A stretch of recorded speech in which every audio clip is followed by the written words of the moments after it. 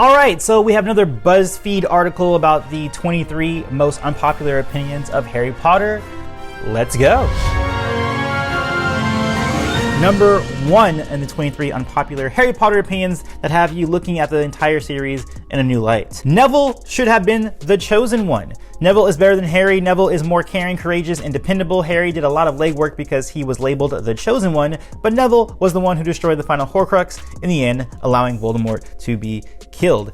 I get it. I get how people want this to be the case because Neville is kind of like the unlikely hero and he kind of came out and stepped up at the end. But I think that is the reason why that character is so great, is because he gets that spotlight despite not having it for his entire life, and also despite not being chosen by Voldemort. Because do you guys say Voldemort or Voldemort? Because now that I've heard the original audiobooks, I say Voldemort now because it's French, but then in the movies it says Voldemort. And I also think that J.K. Rowling said that it's supposed to be said as Voldemort, but then she kind of like let it hand waved away as Voldemort. And then also the audiobooks, and midway through, if you're listening to them, Jim Dale switches between Voldemort and then Voldemort. So I don't know. I really don't know. Let me know in the comments below. What do you guys say? Do you say Voldemort or Voldemort? Again, like Neville was not chosen by the Dark Lord. That's the whole reason for the prophecy. It's supposed to be a self-fulfilling prophecy. So I think the story in the way that it's done now is perfect, because I think that it has a better commentary of what the chosen one is, or who can be the chosen one, or who can be a hero despite having a prophecy around them or not being chosen. No, I disagree. I don't think that Neville should have been the chosen one, because I think that would have changed the makeup of the story itself. Number 2, Fred and George are overrated. I never cared for Fred and George. I know fans love them for their jokes, tricks, and wittiness, and they were devastated when Fred died, but I just didn't have any attachment to them. Definitely disagree with that one. That's definitely going to be an unpopular opinion that I don't agree with. Fred and George are kind of amazing, and not even just as being, funny and stuff like that. If you look, again, because I reread the series, or actually I listened to the audiobooks for the first time last summer, and listening to, I could hear the differences between Fred and George. And if you can listen to George in particular, he's definitely the one that's definitely a little bit more of a people person. And I actually had more of an appreciation for those twins outside of just them being jokers, but also just being good people in my second viewing of them. So no, I disagree with the idea of Fred and George being overrated. They're properly rated. They're not overrated. 3, Hermione should have ended up with Victor Krum. Hermione should not have been with Ron or Harry. If she had to end up with anyone, I actually only ever liked her being with Victor Krum, the hot and chivalrous, I can never say that word, chivalrous, there you go, foreign athlete who appreciated her right from the start.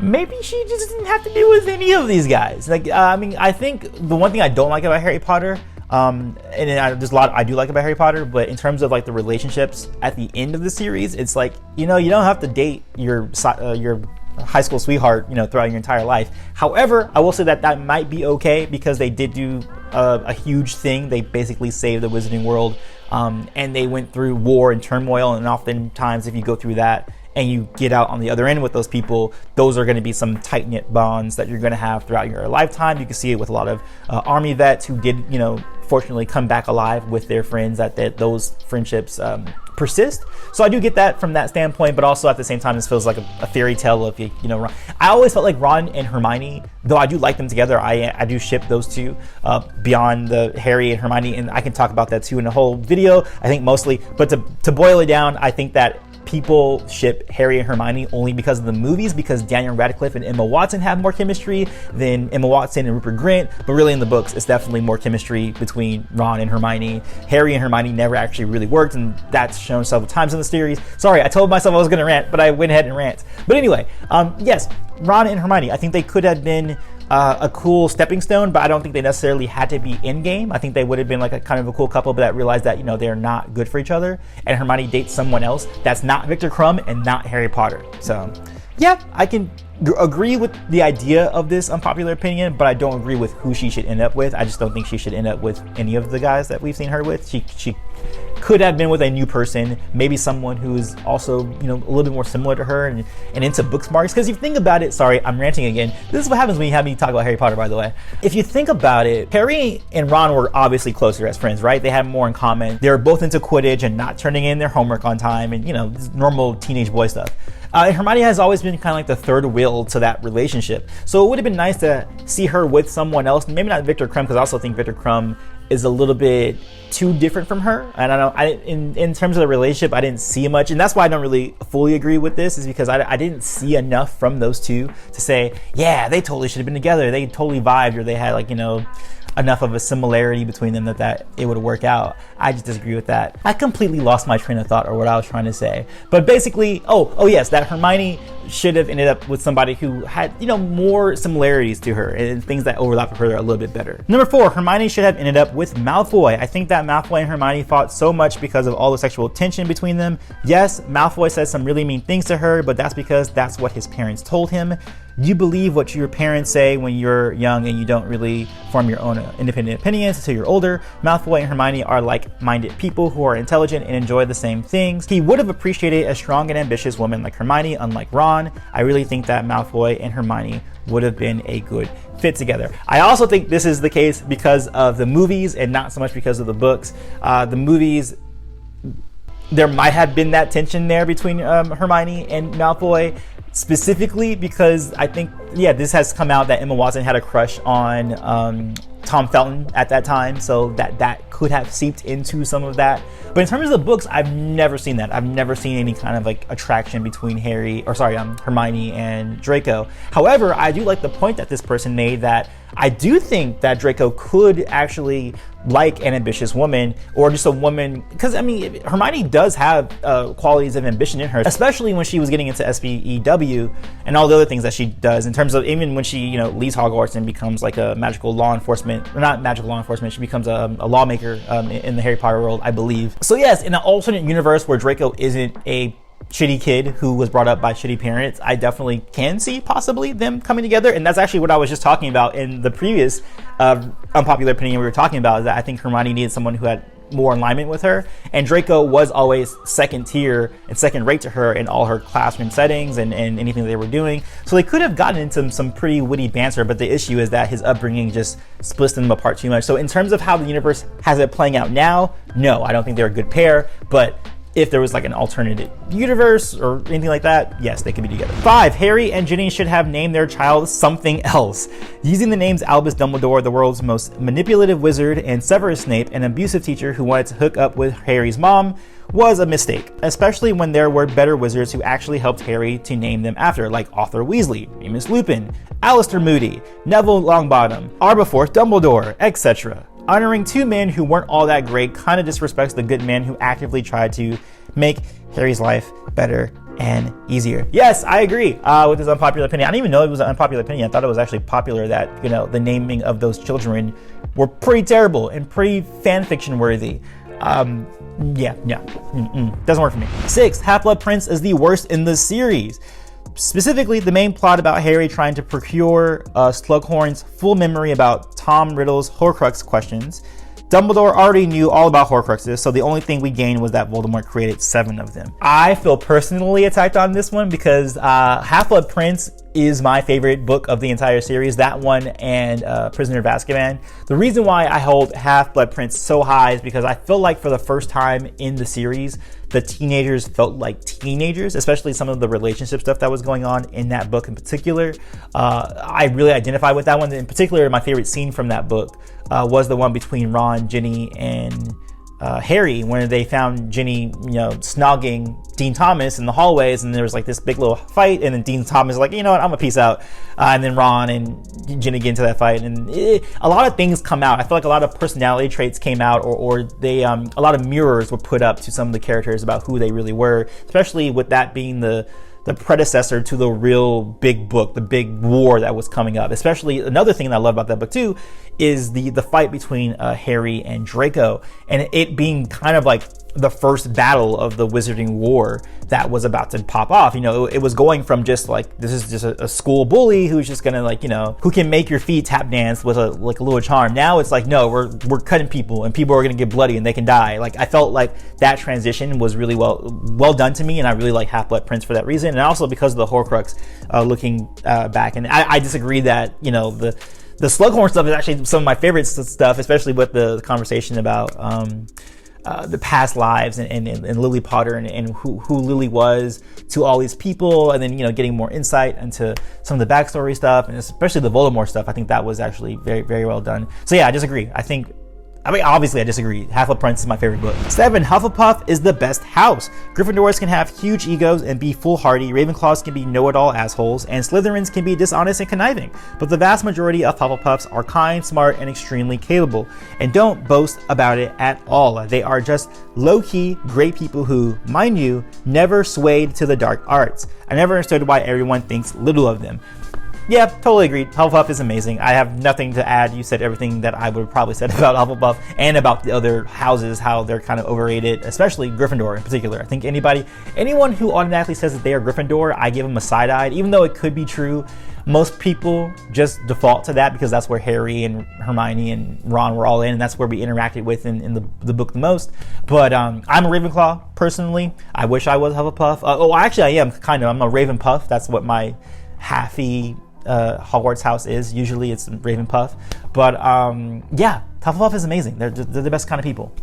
Everybody should want to be a Hufflepuff. 8, Gryffindor and Slytherin aren't all that different. The Gryffindor and Slytherin houses are basically the same. They're two different sides of the same coin. People need to give Slytherins more credit. They're not all brooding, psychopathic wizards. Totally agree. And also, the fact that the books all come from the POV of Harry Potter himself, you're going to get some biases in terms of the houses, and the fact that you get, like, Hufflepuff being kind of like, thrown to the side.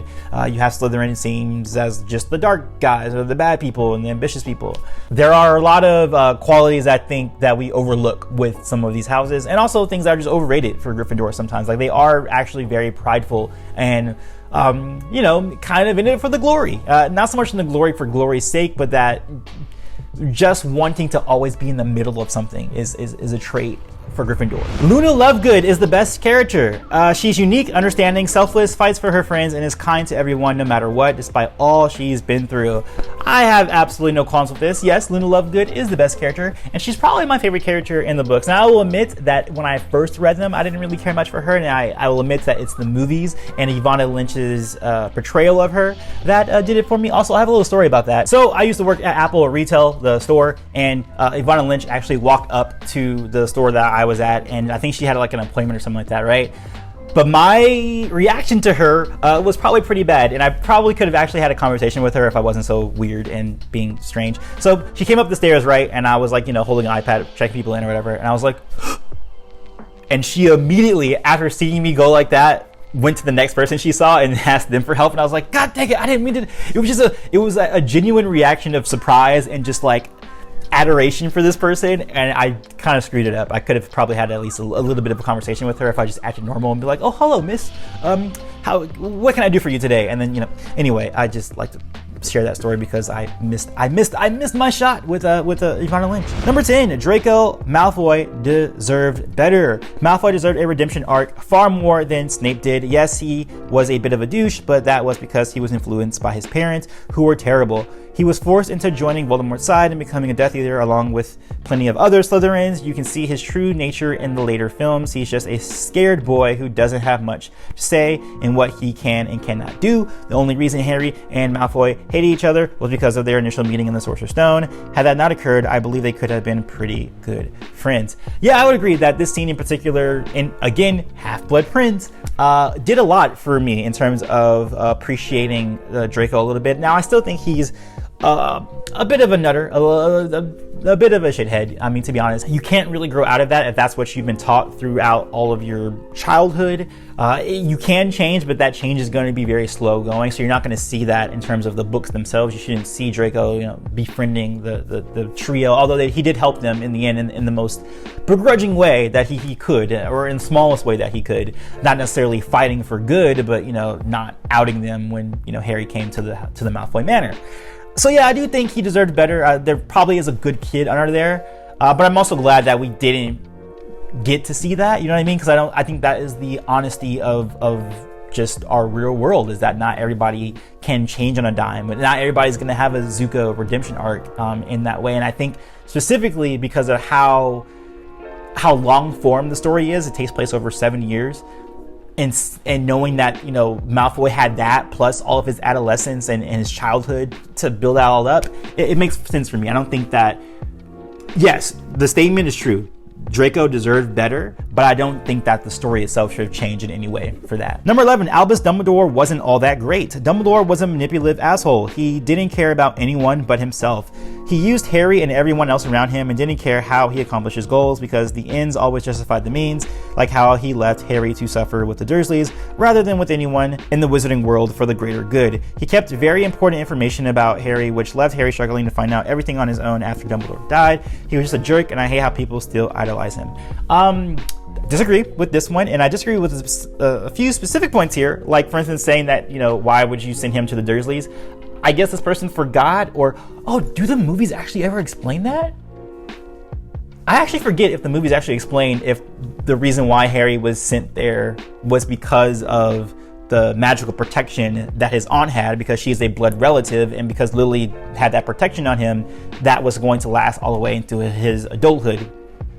Now that's what happens in the book, so I don't remember if that was a movie thing, and that's probably why this person forgot about this little part, but that's the reason why Dumbledore's not a jerk for having sent Harry to the Dursleys. That's actually the best thing that could have happened for him. And also, the greater good, maybe they're referring to when he was younger and he changed his ways, because I actually like Dumbledore as a character because he's one of those, again, because he was able to change his ways over a long period of time. Like I was saying with Draco, if we did see a redemption arc for him, it shouldn't have happened within the context of the story. It would have to happen after the book ended, or when the book series ended. For Dumbledore, as we know, he was, basically turning into like a wizard Nazi when he was a kid, because he was being influenced by this other lover of his that he, really admired. But of course, as he saw his ways were wrong, he changed that, and went a different direction. And I do think that Dumbledore does deserve to be idolized. I think he's a great person. He showed that he was able to change, and then two, not even that, when it comes down to it, when it becomes, making the hard decisions, he made the right one. It would have been hard to tell Harry straight from the go, like, hey, you're gonna have to die. I don't think he would be able to do that. I think he had to set up all those plays exactly the way he did to get that final result of Voldemort being killed. 12, Severus Snape also wasn't all that great. Snape was a horrible, horrible human being, just plain awful. I understand that Snape went through a lot of pain when he lost Lily, the love of his life, but everyone goes through hardships. That's life. Snape didn't deal with his pain in a healthy way. He was verbally and physically abusive to his students. He was, simply put, a huge bully. There were a lot of people who suffered in this series who didn't end up awful. So this one I do agree with. So while I don't agree with the Dumbledore stuff about him not being that great, I actually think Dumbledore does deserve his title. I don't think Snape deserves his title. Because the reason why he did everything he did was just for Lily. It wasn't for Harry. It wasn't for any humanitarian reason. It wasn't because of, just his good nature or him turning a new leaf. It's literally all for Lily. And he has basically this obsessive love for her. It's not a very healthy love that he has for Lily. Yes, he does. I would not say that he does not love Lily. He definitely loves Lily. I just think he loves her in a very unhealthy way, a very toxic way. A love that he expects to be returned because he's giving it. A love that he expects to be acknowledged because he's giving it. He's not a good person. Snape's not a good person at all.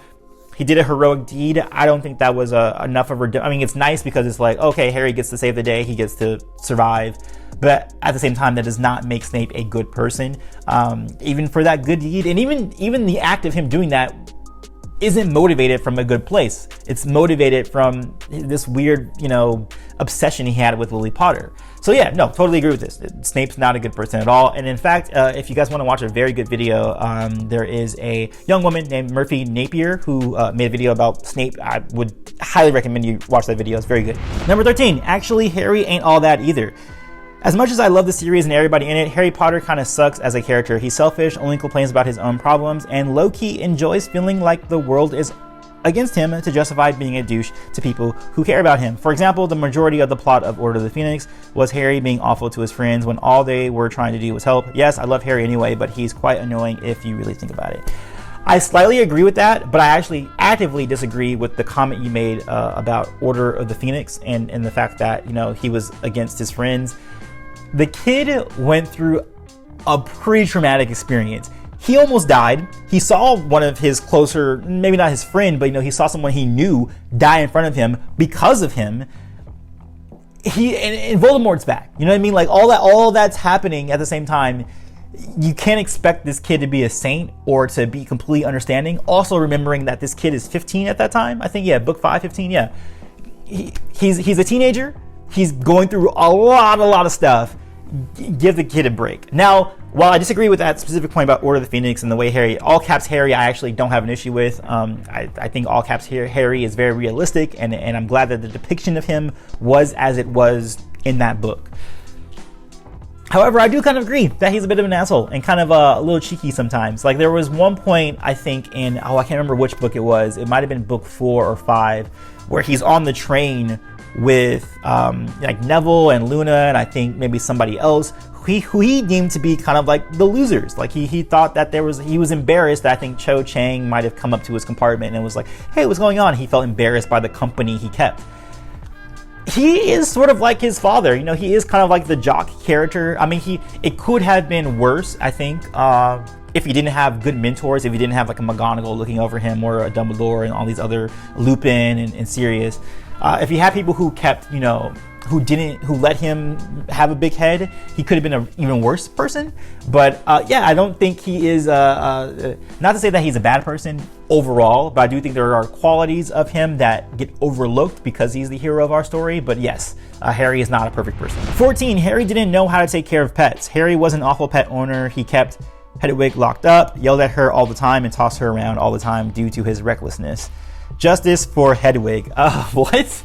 Yeah, you do kind of have to keep your bird in the cage. I mean, the reason he had to, again, context, I think this might be a list that's mostly about the movies, because a lot of these things are explained in the book. The reason why he had to keep Hedwig in the cage is because the Dursleys weren't letting him out, or letting her out, I should say, sorry. And Harry actively wants to let her out and empathizes with her. Says, like, I know that you want to go hunt. I know you want to go fly. I would love to send you out, but the Dursleys aren't letting us do that right now. So no, I wouldn't say that he's a bad pet owner. But again, if you're only watching the movies, I guess that makes sense, because the movies don't really explain all of those kind of, little details that you get from the books. By the way, read the books if you haven't read the books, please. 15, the first 4 movies didn't do the books justice, especially Prisoner of Azkaban. They barely mentioned Moony, Wormtail, Padfoot, and Prongs, who were what made Prisoner of Azkaban one of the best books.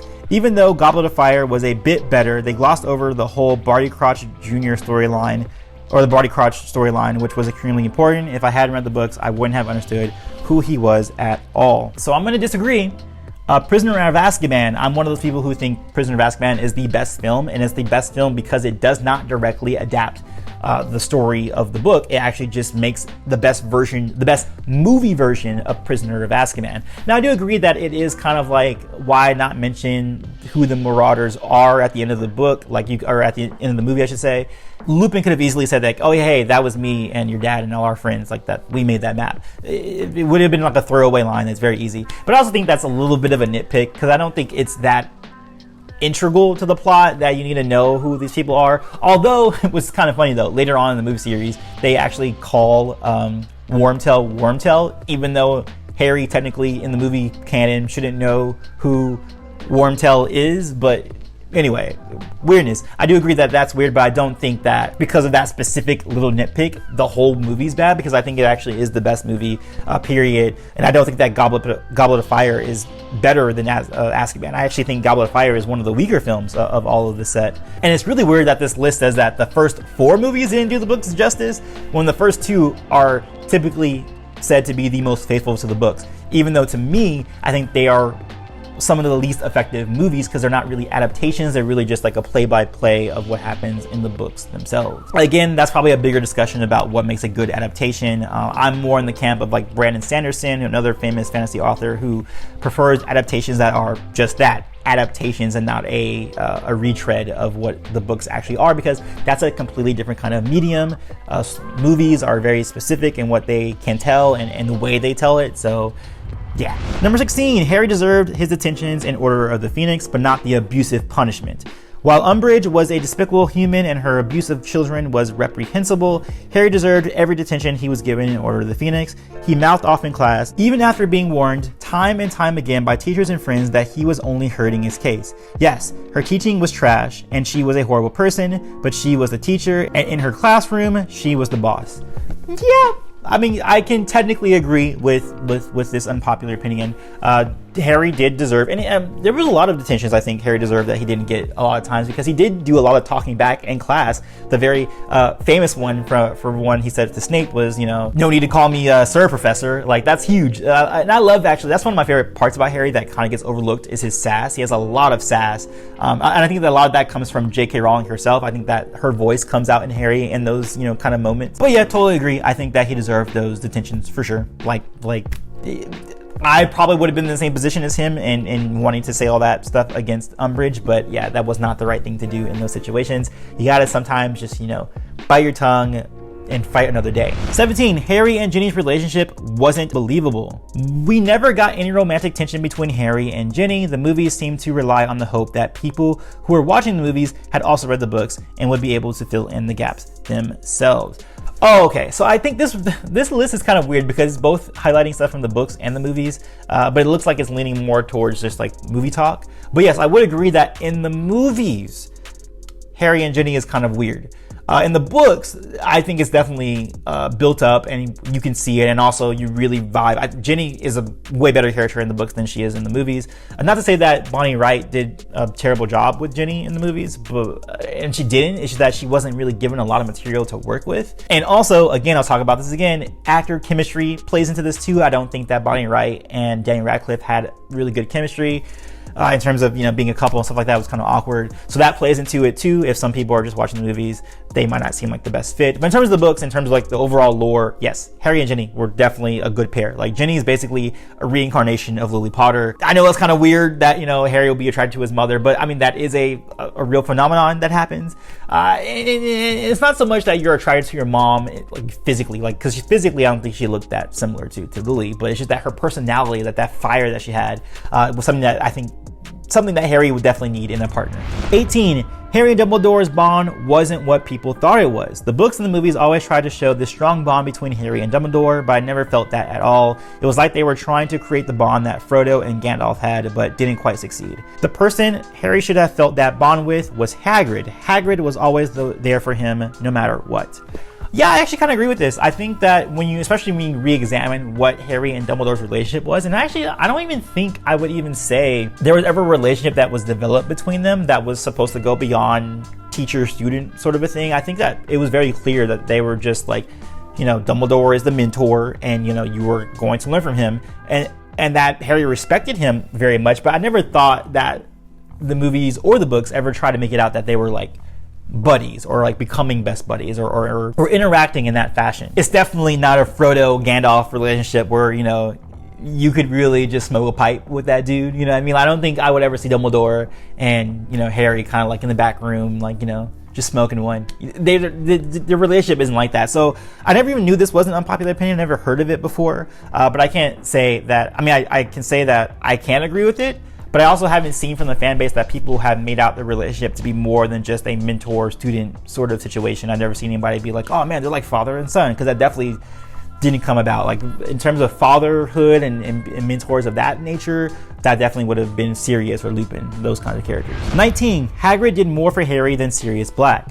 Sirius got all the credit for being Harry's only paternal figure, when it really was Hagrid who was the only consistent parental figure in his life. The difference was that Sirius acted similarly to how a stereotypical father figure would, which earned him all the credit. Meanwhile, Hagrid took on a more maternal role, which got him less credit. Also, Sirius was always very selfishly motivated and very rarely had Harry's best interests at heart.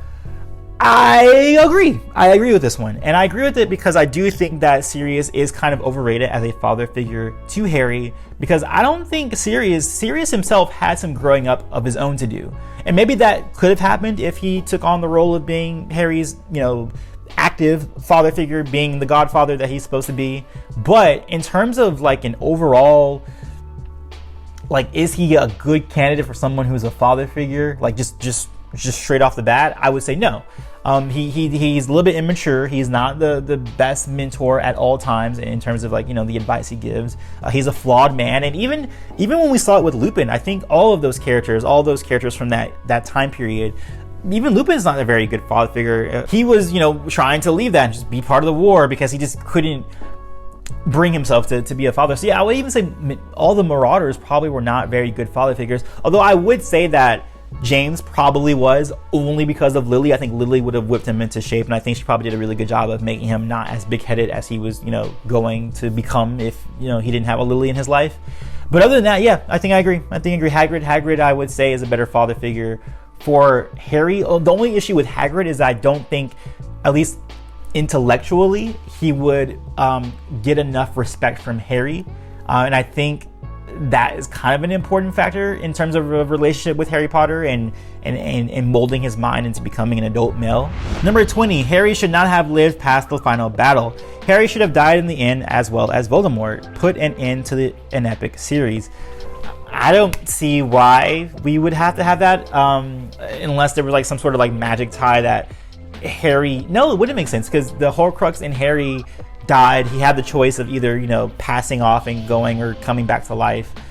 No, I don't necessarily think we needed that to happen for it to be a good series. I think it's fine the way that it is now in the series, especially because we do get that big speech with Harry and Voldemort at the end, which of course didn't happen in the movies. It was only in the books, where Harry gave Voldemort the option to have remorse, to actually try and say sorry for all the things he did. And to just have it be both of them dying in just like a clash of a battle, I think that's a little bit more cliche. I think that's a bit more, that doesn't really play into the overall themes of the stories. It's not really about a big battle. It's about the antithesis of that. It's about love and about really not fighting and about having compassion for others. So the fact that if that happened, if it was just a big battle where they both die, I think that kind of theme gets lost if we do it that way. 21, Voldemort actually had the saddest backstory. The saddest character in the whole series was Voldemort. After reading The Half-Blood Prince, his backstory broke my heart, and I understand his hatred. His actions were inexcusable and heinous, but I think they were rooted in hurt and tragedy more than pure evil. So yeah, as the quote goes, hurt people, but at the same token, you still have to hold these kinds of people accountable for what they do. And really, Voldemort had the opportunity to be a good person. I think he had good people around him. The thing that happened with him, and maybe this would have been a fault for Dumbledore, is that he didn't have the opportunity to really be honest and forthright, because Dumbledore kind of shut him down. He didn't let any open dialogue happen between the two of them so that he can correct Tom Riddle and the kind of the bad deeds that he was falling into in his adolescence and into his young adulthood. And if he would have been more open, especially when Voldemort or Tom Riddle at the time, the young Tom Riddle, revealed that he was magical and all the things that he was doing, but really innately he's a bad person. Like, he's just a bad person. And yes, he did need better leadership, and we could fault maybe Dumbledore a little bit for that, but ultimately we got to hold him accountable first and foremost for all his actions. I don't think we can say that, it's just that he had a bad past or whatever. Like, nah, like, he's a bad person, like, just straight up, like, he's a shitty person. He needs to do better. He needs to understand or have some compassion for people that he just lacked. 22, the finale of the series was anti-climatic. The final face-off with Voldemort was both over the top with all the flying around, as well as underwhelming with Voldy turning into gray cornflakes and blowing away. I expected the film's ending to be exciting, just like the last quarter of the book. It wasn't. And breaking the last book into 2 films was nothing but a cash grab. Yes, I agree. Definitely the last 2 movies were a cash grab. It really could have just been one big movie, and then you could have had like intermission, maybe paid a premium or something for the movie, whatever. But I do agree that the ending in the movie is anticlimactic. Obviously, you're describing the movie because you're talking about the cornflakes and and it's actually what I was talking about in my last little bit there, is that it ended off basically in a battle. It just ended off in who can wand their wands better. And the weird flying around was weird too. I don't know why they cut out the last scene of the book, because I think that was very important, especially Harry giving Voldemort the opportunity to have remorse. The fact that they took that out and they took that away, I think it was a big detraction to the movie and a big detraction to the ending of that movie, because it's not about the fighting. It's not about who can wand their wands better, who can make better sparks, and who can make them blast bigger. It really is truly about love. And because this world is about magic, and love is magic, basically. I always liked that about the series, and I kind of wished we could have had that retained in the movie itself. And last but not least, 23, the movies are better than the books. I know they removed things that were in the books, changed some plots, blah, blah, blah, but when you take the books on their own and the movies on their own, the movies are just better. Of course, we had to end with something that was this this is stupid.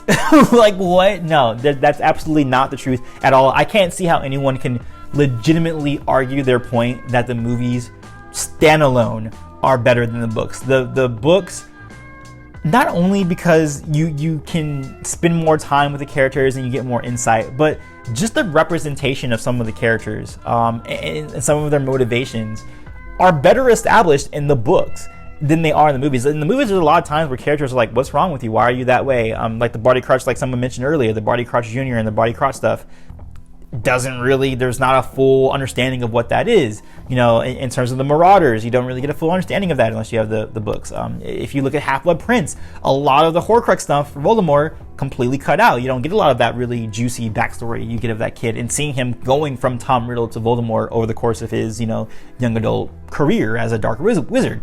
There's just so much about the books, like I was saying to you about the ending of the books versus the ending of the movies, that are so important. The books are far more important. They're far more impactful, I think, not in terms of like a popularity, but in terms of like theme and what the books were trying to convey and all that kind of stuff.